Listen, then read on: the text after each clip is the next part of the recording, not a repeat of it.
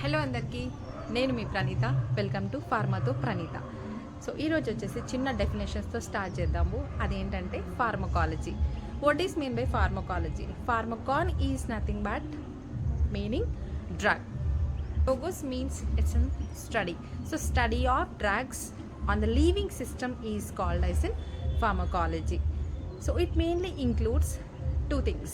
One is in pharmacokinetics and second one is in pharmacodynamics. What is mean by pharmacokinetic and what is mean by pharmacodynamics? We'll see. So ఒక drug తీసుకున్నప్పుడు మెయిన్గా body పైన ఎలా act చేస్తుంది అని చెప్పేది pharmacology కదా. So pharmacokinetics అంటే కైనసిస్ మీన్స్ మూమెంట్.